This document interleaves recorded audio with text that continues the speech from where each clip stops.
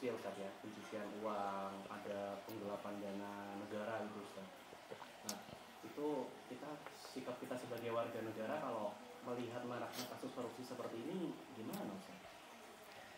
Kayaknya antum yang ketinggalan zaman ya. Oh, bisa, Ustaz. Kasus korupsi ini sudah dari dulu. Maksudnya Ustaz? Antum kalau melihat berita, ada 100 lebih kepala daerah yang dipenjara. Bupati, wali kota, gubernur, menteri, itu jumlahnya banyak sekali. Dan korupsi ini udah lama. Hanya saja dengan adanya media sekarang, seakan-akan, baru sekarang korupsi udah lama. Ini penyakit lama. Makanya di Indonesia akhirnya didirikan yang namanya KPK. Itu untuk menghadapi kasus seperti ini. Apa sikap kita? Kata Nabi alaihi salatu wassalam, likulli ummatin fitnah, wa fitnatu ummati al-mal. Semua umat itu ada godaannya, ada fitnahnya. Dan fitnah umatku itu harta. Ini bicara fitnah. Itu ujian dari Allah subhanahu wa ta'ala. Pernah Nabi alaihi salatu wassalam ngobrol sama para sahabatnya. Beliau mengatakan kepada mereka, "Kaifa antum idza futihat alaikum Faris wa Rum?" Bagaimana sikap kalian apabila Persia dan Romawi itu ditaklukkan? Di mana akan ada harta yang berlimpah ruah. Itu godaan. Godaan tuh. Benar tuh. Kata Abdurrahman bin Auf, "Nakunu kama qala Allah." Ini kalau bicara idealnya, Abdurrahman mengatakan kita akan bersikap seperti yang Allah inginkan. Seperti yang Allah telah perintahkan. Itu kan idealnya kayak gitu. Ya, gitu. Dan semua orang insya Allah kepingin kayak gitu loh. Tapi kata Nabi SAW, awa ghaira dhalik. Atau enggak seperti itu sikap kalian. Apa sikapnya? Tatanafasu. Kalian akan bersaing. Antum lihat yang korupsi ini bukan orang miskin. Kalau orang miskin, anak butuh, anak mau makan. Enggak. Ini orang berduit tuh. Sudah kaya Ustaz. Udah kaya raya. Kurang apa? Kekayaannya udah jangan ditanya. Dia untuk hidup ya. Iya. 7 turunan. 7 turunan, 7 turunan, 7 tanjakan, 7 kelokan. Udah cukup gitu loh dia. Tapi dia korupsi.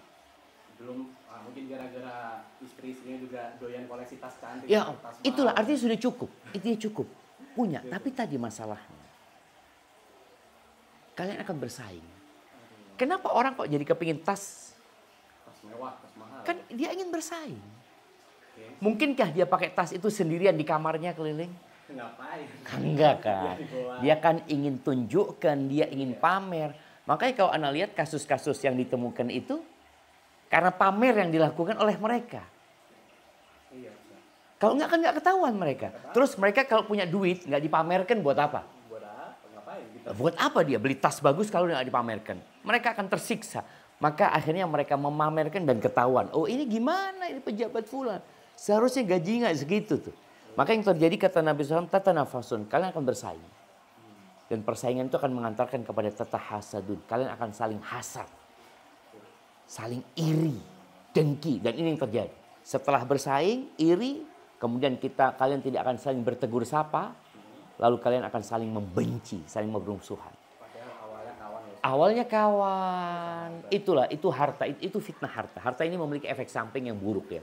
Makanya kalau dikatakan kenapa mereka korupsi, tergoda dengan dunia. Padahal dunia ini nilainya tidak lebih dari bangkai kambing yang busuk. Sebagian orang itu kan selalu mengatakan hartaku ya. Sampai di pemerintah ini ada istilah apa? Laporan kekayaan. Laporan kekayaan kan, seperti itu. Nabi SAW mengatakan, yaqulu ibnu Adam, manusia ini mengatakan, Mali, hartaku, itu milikku, itu sertifikat atas namaku. Kata Nabi SAW, engkau tahu hartamu yang mana? Yang kau makan. Kemudian jadi kotoran, itu hartamu. Yang kau pakai.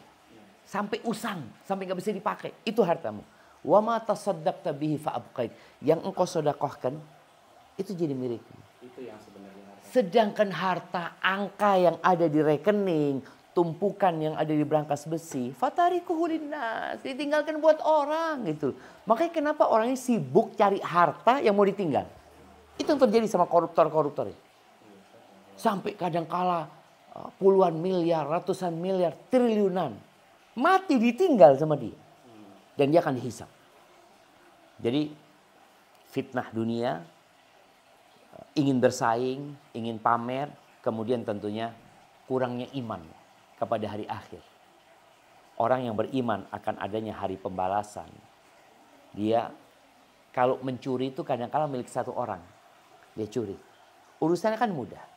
Tapi kalau korupsi itu milik umat. Itu berarti di akhirat Harta itu milik 270 juta rakyat yang punya hak itu sebenarnya. yang bisa menuntutnya di akhirat. Bisa dituntut dia. Jadi berat sekali ya ketika harta itu harta milik umat, maka berbeda dengan milik pribadi yang urusannya tinggal minta maaf. Kadang-kadang sebagian mereka ketangkep. Mereka ketangkep ya. Urusannya ketangkep ini kan urusan dunia. Tapi dia tobat nggak sama Allah? Ada konsekuensi akhirat. Ada konsekuensi akhirat. Kalau hukum dunia cuma 3 tahun, 5 tahun, mau seumur hidup. Sehari di akhirat itu seperti 1000 tahun dalam hitungan manusia. Maka harapan kita sih ya yang menjadi pejabat ini adalah orang-orang yang bertakwa. Nah itu Ustaz, ini berarti sikap kita sebagai muslim, apakah kita juga harus terjun ke pemerintahan atau politik juga untuk menyelamatkan negara ini Ustaz? Misal seperti itu. Semua orang punya kemampuan yang berbeda-beda. Karena kalau bicara korupsi, dari RT kadang-kala sudah terjadi. Money politik, kalau bicara antum lewat jalan politik ya. Dari politiknya aja sudah money politik. Ketika jadi pejabat, antum mau kasih solusi apa? Sedangkan antum pelaku money politik seperti itu ya. Jadi, karena lihat semua berjuang dengan kemampuan masing-masing. Intinya bertakwa kepada Allah Subhanahu wa taala dan hilangkan ambisi dunia. Karena dunia ini nggak lama. Seorang ustadz pun, jangan bicara politikus, seorang ustadz pun ketika ambisinya dunia rusak dia. Agamanya jadi rusak gitu. Ketika yang dicari dunia.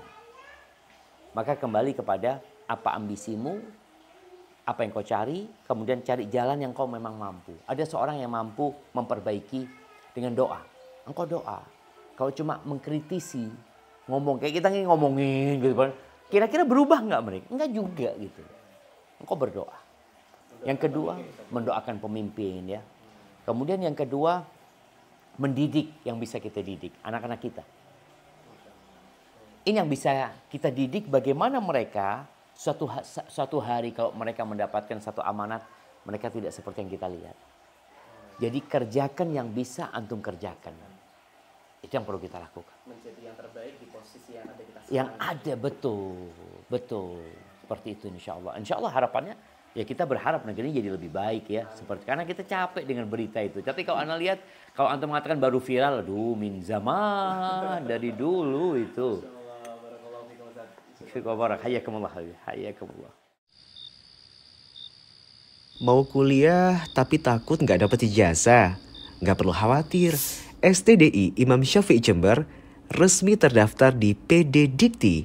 Bukan abal-abal loh. Yuk daftar!